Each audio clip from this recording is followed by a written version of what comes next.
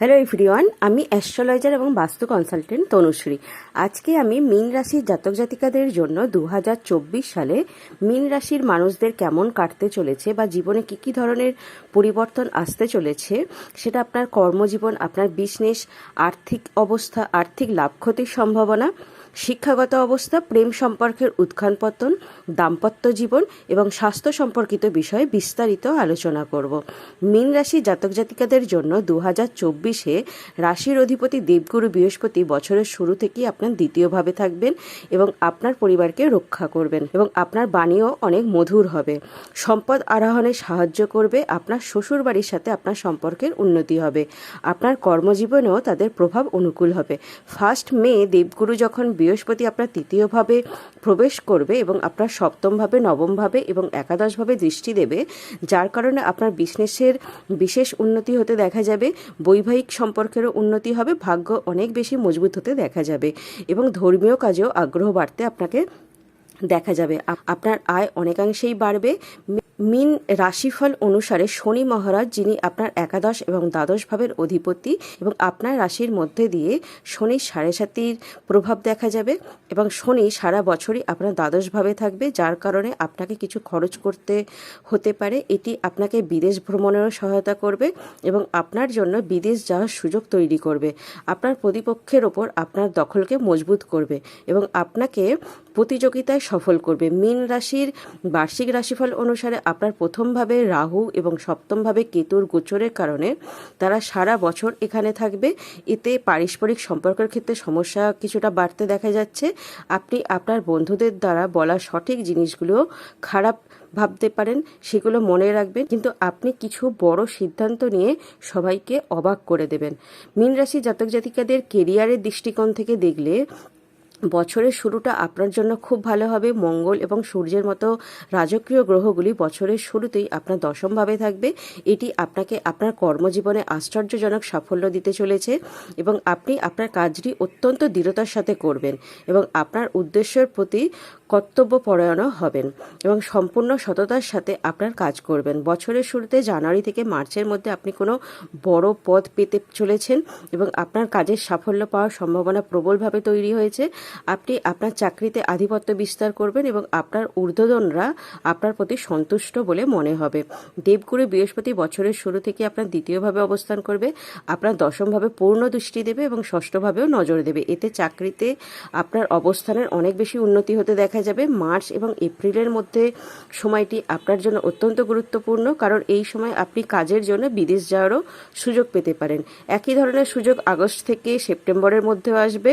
October এবং ডিসেম্বরের মধ্যেও জিনিসগুলি মনে রাখবেন যে আপনার চাকরিতে কোনো ধরনের বিবাদ এড়াতে আপনাকে চেষ্টা করতে হবে, কারণ এই সময় চাকরিতে একটু সংকট দেখা যাচ্ছে।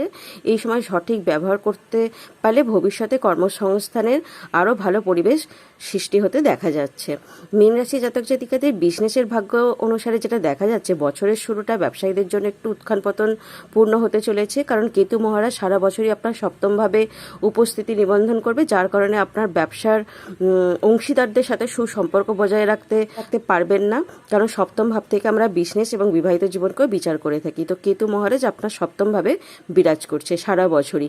একে অপরের প্রতি একটু সন্দেহ দৃষ্টিতে আপনারা দেখলেও ঝগড়ার পরিস্থিতি সৃষ্টি হতে পারে।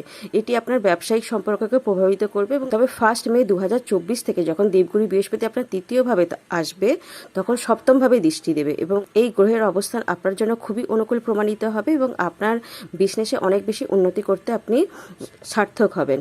আপনি কিছু অভিজ্ঞ এবং বয়স্ক ব্যক্তির সংস্পর্শে আসবেন, যাদের নির্দেশনায় আপনি আপনার ব্যবসাকে আরও গতিশীলতা প্রদান করতে পারবেন। এটি আপনার বিজনেসের উন্নতির দিকে নিয়ে যাবে। মার্চ, আগস্ট, নভেম্বর এবং ডিসেম্বর মাসগুলো আপনার বিজনেসের জন্য উপযুক্ত সময় হবে। এই সময় আপনি আপনার বিজনেসকে প্রসারিত করার অনেক বেশি সুযোগ পাবেন। আর আপনি যদি কোনো সরকারি ক্ষেত্র সম্পর্কিত কোনো ব্যবসা করেন, তবে জানুয়ারি থেকে ফেব্রুয়ারি এবং এপ্রিল থেকে জুন আর আগস্ট সেপ্টেম্বর মাসটা সবচেয়ে বেশি লাভজনক হিসাবে প্রমাণিত হতে চলেছে। এই সময় আপনি সরকারি সেক্টর থেকে সহায়তা পাবেন, যা আপনার বিজনেসকে বৃদ্ধিতে অনেক বেশি সহায়ক হবে। মীন রাশির আর্থিক ভাগ্য অনুসারে যেটা দেখা যাচ্ছে, বছরের শুরুটা একটু চড়াই উতরাই পূর্ণ হতে চলেছে। যদিও শনিদেব সারা বছরই আপনার দ্বাদশভাবে থাকবেন, আপনার খরচ একটু বাড়বে এবং সারা বছরই কিছু নির্দিষ্ট খরচ থাকবে। তাই আপনাকে আপনার আর্থিক অবস্থার উন্নতির দিকে বিশেষ মনোযোগ দিতে হবে। সঠিক সময়ে সঠিক উপায়ে সঠিকভাবে আর্থিক ব্যবস্থাপনা আপনাকে সমস্যাগুলি কাটিয়ে উঠতে সাহায্য করবে। দেবগুরু বৃহস্পতির দ্বিতীয়ভাবে অবস্থান আপনাকে অনেকাংশেই সাহায্য করবে এই সমস্যা থেকে। কিন্তু তারপর আপনার বছরের মাঝামাঝি একটু চ্যালেঞ্জের মুখোমুখি হতে দেখা যাচ্ছে। আপনি বড় কোনো আর্থিক অস্থিরতার শিকার হতে পারেন, কিন্তু আগস্ট থেকে আবার আর্থিক অবস্থা ভালো হতে থাকতে দেখা যাবে। আপনি আবার আপনার অবস্থাকে ম্যানেজ করতে সক্ষম হবেন। কিছু নতুন পরিকল্পনা বাস্তবায়ন করে আর্থিকভাবে মজবুত হতে সফল হতে দেখা যাচ্ছে আপনাকে। আবার মীন রাশি জাতক জাতিকাদের প্রেম ভাগ্য অনুসারে যেটা দেখা যাচ্ছে, বছরের শুরুটি আপনার পক্ষে অনুকূলই হতে চলেছে। তবে আপনার পঞ্চমভাবে মঙ্গল মহারাজের দৃষ্টির কারণে এর মধ্যে উত্তেজনা টানাপোড়েন পরিস্থিতি তৈরি হবে। তবুও শুক্র এবং বুধের উপস্থিতি বছরের শুরুতে আপনার নবমভাবে আপনার জন্য সুখ বয়ে নিয়ে আসবে। আপনি সাফল্য পাবেন এবং আপনি আপনার প্রিয়জনের সাথে রোমান্টিক ভ্রমণে যেতে পারেন। ফেব্রুয়ারি থেকে মার্চের মধ্যে সময়টা আবার একটু দুর্বল হতে দেখা যাচ্ছে। এই সময় মঙ্গল এবং সূর্য একাদশভাবে এসে পঞ্চমভাবে দৃষ্টি দেবে এবং আপনাকে প্রভাবিত করবে এবং আপনার সম্পর্কের উত্তেজনাকে বাড়িয়ে তুলতে দেখা যাচ্ছে। এই সময় আপনাকে একটু ধৈর্যের সাথে আচরণ করতে হবে। আপনাদের মধ্যে তর্ক হতে পারে এবং সম্পর্কের মধ্যে বিবাদ হতে পারে। তর্ক বাড়ানোর অনুমতি দেয়া আপনার সম্পর্কের জন্য কিন্তু ক্ষতিকর হতে পারে। তো অক্টোবর থেকে ডিসেম্বরের মধ্যে মঙ্গল পঞ্চমভাবে থাকার কারণে অপ্রয়োজনীয় বিবাদ হতে পারে। আপনার প্রিয়জনের স্বাস্থ্য সমস্যাও হতে পারে। স্বাস্থ্য সম্পর্কিত সমস্যা তাকে বিরক্ত করতে পারে। তাই এই সময় কোনো বড় সিদ্ধান্ত নেওয়া একটু এড়িয়ে চলতে হবে আপনাকে এবং আপনার সম্পর্ককে ঠিকভাবে পরিচালনা করার চেষ্টা আপনাকে করতে হবে। বছরের মাঝামাঝি এমন কিছু সময় আসবে যখন আপনার সম্পর্ক ভালো থাকবে, আপনারা একে অপরের কাছাকাছি আসার সুযোগ পাবেন এবং সবচেয়ে ভালো মাস হবে জুলাই এবং আগস্ট মাস। এই সময় আপনারা একে অপরের সাথে অনেক সময় অতিবাহিত করতে দেখা যাচ্ছে। আপনাদের সম্পর্ক পরিপক্ক করতেও আপনারা সফল হবেন। মীন রাশির বিবাহ এবং দাম্পত্য জীবনের দিক থেকে যেটা দেখা যাচ্ছে, বছরের শুরুটা আপনার বিবাহিত জীবনের জন্য কিছুটা কঠিন হতে দেখা যাচ্ছে। এই পুরো বছর রাহু আপনার প্রথমভাবে এবং কেতু আপনার সপ্তমভাবে থাকবে। বিবাহভাবে এই দুটি গ্রহের দৃষ্টি আপনার দাম্পত্য জীবনে ভারসাম্যহীনতা তৈরি করতে পারে। আপনারা এবং আপনার জীবনসাথীর মধ্যে ভুল বোঝাবুঝি বাড়তে পারে। তবে 1 মে থেকে দেবগুরু বৃহস্পতি আপনার দ্বিতীয়ভাবে প্রবেশ করবে এবং সেখান থেকে আপনার সপ্তমভাবে দৃষ্টি দেবে, যার কারণে আপনার দাম্পত্য জীবনের সমস্যাগুলি কমতে শুরু করবে। আপনি একে অপরের প্রতি আকৃষ্ট হবেন এবং আপনি আপনার বিবাহ সম্পর্ক বজায় রাখার জন্য আন্তরিক প্রচেষ্টা করতে দেখা যাবে এবং এটি আপনার সম্পর্ককে মজবুত করবে। সারা বছর দ্বাদশভাবে শনির উপস্থিতির কারণে আপনার ব্যক্তিগত সম্পর্কের ক্ষেত্রে কিছু বাধা আসতে পারে। তাই একে অপরকে পর্যাপ্ত সময় দিন, একে অপরের সমস্যাগুলি শুনুন এবং সাহায্য করুন। আপনি যদি অবিবাহিত হন তবে এই বছরের শেষের দিকে আপনার বিবাহের প্রবল সম্ভাবনা দেখা যাচ্ছে। দেবগুরু বৃহস্পতির আশীর্বাদে আপনি বিবাহ করতে পারবেন এবং আপনার বাড়িতে অবশ্যই শুভ অনুষ্ঠান বা সানাই বাজতে চলেছে। মার্চ থেকে এপ্রিল শেষ পর্যন্ত সময়টি বিবাহিতদের জন্য খুবই অনুকূল হবে। এই সময় সম্পর্কের মধ্যে কিছুটা রোমান্সও বাড়বে। এরপর আগস্ট থেকে সেপ্টেম্বরের মধ্যে একই ধরনের আপনারা সুযোগ পাবেন। আপনি যদি আপনার সমস্যাগুলি আপনার সম্পর্কের আধিপত্য থেকে বিরত থাকেন তবে সবকিছু ঠিক হয়ে যেতে এখানে দেখা যাচ্ছে। মীন রাশি জাতক জাতিকাদের পারিবারিক দিক থেকে যেটা দেখা যাচ্ছে, বছরের শুরুটা কিছুটা চ্যালেঞ্জের মুখোমুখি হতে দেখা যাচ্ছে। একদিকে দেবগুরু বৃহস্পতি আপনার দ্বিতীয়ভাবে অবস্থান পারিবারিক সমস্যা সমাধানে অবশ্যই সহায়তা করবে এবং পরিবারের সদস্যের সাথে আপনার সম্প্রীতি অনেক বেশি উন্নতি করবে। আপনি আপনার প্রভাবশালী এবং ভালো বক্তব্য দিয়ে মানুষের মন জয় করতে সফল হবেন এবং এর সাথে আপনার সম্পর্ক আরও গভীর হবে। কিন্তু অন্যদিকে শনিদেবের দৃষ্টি আপনার দ্বিতীয় ভাবের দিকেও থাকবে, যা আপনাকে মাঝে মাঝে এমন কিছু বলতে বাধ্য করবে যা মানুষের কাছে আপনি কিন্তু খারাপ হয়ে যেতে পারেন এবং এটি আপনার সম্পর্কের ওপরও প্রভাব ফেলবে। বছরের শুরুতে মঙ্গল এবং সূর্য চতুর্থভাবেও পূর্ণ দৃষ্টি দেবে এবং বছরের শুরুতে মঙ্গল গ্রহের দৃষ্টি আপনার রাশিতেই থাকবে, যেখানে রাহু ইতিমধ্যেই উপস্থিত রয়েছে এবং ফেব্রুয়ারি মার্চের মধ্যেও এটি থাকবে, আপনার দ্বিতীয়ভাবেই থাকবে। তাই আপনার আচরণে কিছুটা আক্রমণকতা এবং বিরক্ত ভাব দেখা যাবে। আপনার পারিবারিক জীবনকে মধুর করার জন্য আপনাকে অনেক প্রচেষ্টা করতে হবে, অন্যথায় এই বছর আপনার প্রিয়জনের সাথে কিন্তু বিবাদ বাড়তে দেখা যাচ্ছে। স্বাস্থ্য সমস্যা আপনার মাকে কষ্ট দিতে পারে, তবে বছরের মাঝামাঝি থেকে অর্থাৎ জুন থেকে পরিস্থিতি উন্নতি হবে। তার স্বাস্থ্য সমস্যা অনেকাংশেই কমবে। আপনার ভাই বোনের সাথে আপনার সম্পর্ক ইতিবাচকই থাকবে এবং তারা আপনাকে যথাসম্ভব সাহায্য করতে থাকবে। আপনাকে সময়ে সময়ে তাদের সম্পর্কেও ভাবতে হবে এবং বছরের শেষ মাসগুলি অত্যন্ত ব্যস্ত থাকা সত্ত্বেও আপনাকে আপনার পরিবার এবং তাদের চাহিদার দিকে অবশ্যই যত্ন নিতে হবে। এর মাধ্যমে আপনি আপনার ভালো পারিবারিক জীবন উপভোগ করতে পারবেন। মীন রাশির জাতক জাতিকাদের সন্তানের দৃষ্টিকোণ থেকে দেখলে বছরের শুরুটা আপনার সন্তানদের জন্য খুবই ভালো যাবে। সে তার ক্ষেত্রে খুবই ভালো উন্নতি করবে, তার সাহস বাড়বে এবং যে কাজই সে পূর্ণ আত্মবিশ্বাসের সাথে করবে তাতে সে সফলতা পাবে। ফেব্রুয়ারি থেকে মার্চের মধ্যে কিছু স্বাস্থ্য সমস্যার সম্মুখীন হতে দেখা যাচ্ছে। তারপরে অক্টোবর থেকে ডিসেম্বরের মধ্যে বছরের শেষ মাসগুলিতে কিছু সমস্যার সম্মুখীন হতে পারে আপনার সন্তানরা, তাই সেই সময় তাদের স্বাস্থ্যের সম্পূর্ণ যত্ন নিতে হবে। মধ্যবর্তী মাসগুলি অর্থাৎ এপ্রিল থেকে পরিস্থিতি আবার উন্নতি হবে। আপনার সন্তান এই বছর বিদেশ যাওয়ার সুযোগ পেতে পারে এবং সে যদি চাকরি করে তবে সে খুবই শীঘ্রই বিদেশে গিয়ে নাম উপার্জন করবে। বছরের শেষ মাসগুলিতে আপনি তাদের সাফল্যতে খুবই খুশি হবেন, তবে তাদের সাথে কোনো বিবাদ এড়িয়ে চলুন, কারণ তারা আপনার বিরোধিতা করতে পারে। মীন রাশি জাতক জাতিকাদের শিক্ষার্থীদের জন্য যেটা দেখা যাচ্ছে, বছরের শুরুতে গ্রহের অবস্থানের কারণে আপনি মন প্রাণ দিয়ে শিক্ষা গ্রহণ করবেন এবং আপনার চ্যালেঞ্জগুলি কাটিয়ে উঠতে মনোনিবেশ করবেন। বছরের শুরুতে আপনার পঞ্চমভাবে মঙ্গল গ্রহের কারণে আপনাকে সময়ে সময়ে বাধার সম্মুখীন হতে দেখা যাচ্ছে, কারণ আপনার মন এদিক ওদিকে নিবদ্ধ হতে পারে।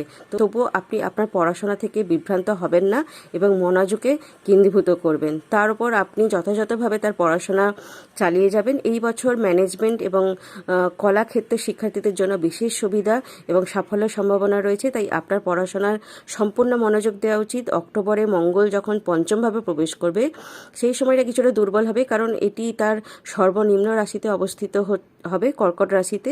তাই এই সময় আপনাকে যতই চ্যালেঞ্জের মুখোমুখি হতে হবে না কেন, তবে আপনি পড়াশোনা থেকে মুখ ফিরিয়ে নেবেন না, কঠোর পরিশ্রম করতে থাকতে হবে।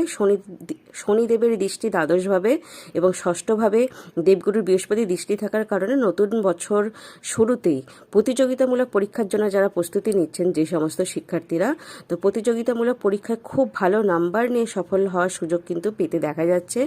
আর আপনি অতীতে যে অধ্যয়ন করেছেন এবং প্রতিযোগিতামূলক পরীক্ষার জন্য যে প্রস্তুতি, সেটা কিন্তু বৃথা যাবে না। আপনি একটি ভালো জায়গায় নির্বাচিত হতে চলেছেন। উচ্চশিক্ষা গ্রহণকারী শিক্ষার্থীদের জন্য বছরের শুরুটা খুবই ভালো যাবে। বছরের মাঝামাঝি কিছুটা দুর্বল থাকবে, তবে বছরের শেষ দিনগুলিতে আপনি খুব ভালো সাফল্য পাবেন। আপনি যদি পড়াশোনার জন্য বিদেশ যেতে চান তবে বছরের প্রথম এবং দ্বিতীয় ত্রৈমাসিক তার জন্য আরও অনুকূল বলে বলা যেতে পারে। মীন রাশি জাতক জাতিকাদের শরীর স্বাস্থ্যের দিক থেকে যেটা দেখা যাচ্ছে, বছরের শুরুটা কিছুটা উত্থান পতন হতে চলেছে। সারা বছর আপনার রাশিতে রাহুর উপস্থিতি থাকবে এবং সপ্তমভাবে কেতুর উপস্থিতি আপনার স্বাস্থ্যের পক্ষে খুব একটা অনুকূল হবে না।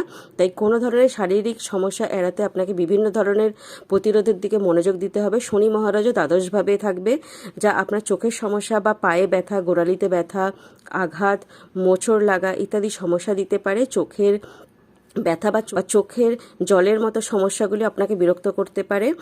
এপ্রিল থেকে মে মাসের মধ্যে আপনার স্বাস্থ্যের বিশেষ যত্ন নিন। এই সময়কালে স্বাস্থ্যের অবনতির কারণে কিন্তু আপনাকে আরও সমস্যায় পড়তে হতে পারে। এই বছর আপনাকে আপনার দৈনন্দিন রুটিন সঠিক এবং ভারসাম্যপূর্ণভাবে পরিচালনা করতে হবে, কারণ আপনার রাশিতে রাহুর উপস্থিতি আপনাকে স্বাস্থ্যের প্রতি কিছুটা উদাসীনও করে তুলবে। এটি আপনার স্বাস্থ্যের অবনতি ঘটাতে পারে। আপনি যদি নিরাপদ এবং সুস্থ থাকতে চান তাহলে আপনার দৈনন্দিন রুটিনে ভালো অভ্যাস অন্তর্ভুক্ত করুন, ভালো এবং হজমযোগ্য খাবার খান এবং ধ্যান, যোগ, প্রাণায়াম, শারীরিক ব্যায়াম এগুলো করতে থাকুন, ডায়েট মেনটেন করুন। এটি আপনার স্বাস্থ্যকে অনেক বেশি মজবুত করবে এবং আপনাকে সুস্থ সবল রাখবে। আর জ্যোতিষী উপায় যেটা করতে হবে, যেহেতু এই রাশির অধিপতি গ্রহ বৃহস্পতি, তো সর্বাধিক লাভকারী এবং শ্রেষ্ঠ উপায় যেটা হচ্ছে প্রত্যহ বিষ্ণু সহস্রনাম পাঠ করা। এই পাঠ শুধুমাত্র বৃহস্পতি গ্রহের জন্য নয়, সমস্ত নবগ্রহের জন্যই এই পাঠ বিশেষ করে লাভকারী। এছাড়া আপনারা প্রত্যেক বৃহস্পতিবার দিন করে কলা গাছের পুজো করতে পারেন।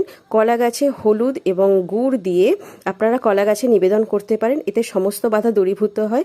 এছাড়া বৃহস্পতিবার দিন করে আপনারা গরিব বাচ্চাদেরকে বা মন্দিরে ছোলার ডাল বা গুড় বা কোনো রকম হলুদ মিষ্টি আপনারা মন্দিরে দান করতে পারেন বা গরিব বাচ্চাদেরকেও আপনারা এগুলো দান করতে পারেন। আর বৃহস্পতিবার দিন করে অবশ্যই যদি আপনার বাড়ির কাছাকাছি কোনো গোশালা থাকে বা গোমাতাকে দেখতে পান, গোমাতাকে আপনারা কলা খাওয়ানোর চেষ্টা করবেন। এবং প্রত্যেক বৃহস্পতিবার দিন করে আপনারা স্নানের জলে একটু হলুদ মিশিয়ে স্নান করতে পারেন। এতে বৃহস্পতি গ্রহ খুবই শক্তিশালী হয় এবং বৃহস্পতির অশুভ প্রভাব কেটে যায়। এছাড়া আপনার ভাগ্য নির্ধারিত হয় আপনার নিজস্ব জন্মকুষ্ঠী বা জন্মছকে সমস্ত গ্রহের অবস্থানের ওপর। আপনার নিজস্ব জন্মকুষ্ঠীতে যদি সমস্ত গ্রহের অবস্থান ঠিক না থাকে বা কোনো খারাপ গ্রহের দশা অন্তর্দশা চলতে থাকে বা আপনার বাস্তুতেও যদি কোনো রকম সমস্যা হয়ে থাকে, তাহলে আপনারা ভালো কোনো অ্যাস্ট্রোলজারের সঙ্গে পরামর্শ করতে পারেন। তো ভিডিওটি আজকে আমি এখানেই শেষ করলাম। ভিডিওটি ভালো লাগলে অবশ্যই ভিডিওটিকে লাইক করবেন, চ্যানেলটিকে সাবস্ক্রাইব করবেন, পাশে থাকা বেল আইকনকে অল প্রেস করে রাখবেন, যাতে আমি নতুন ভিডিও আপলোড করার সঙ্গে সঙ্গেই আপনাদের কাছে নোটিফিকেশন চলে যায়। নমস্কার।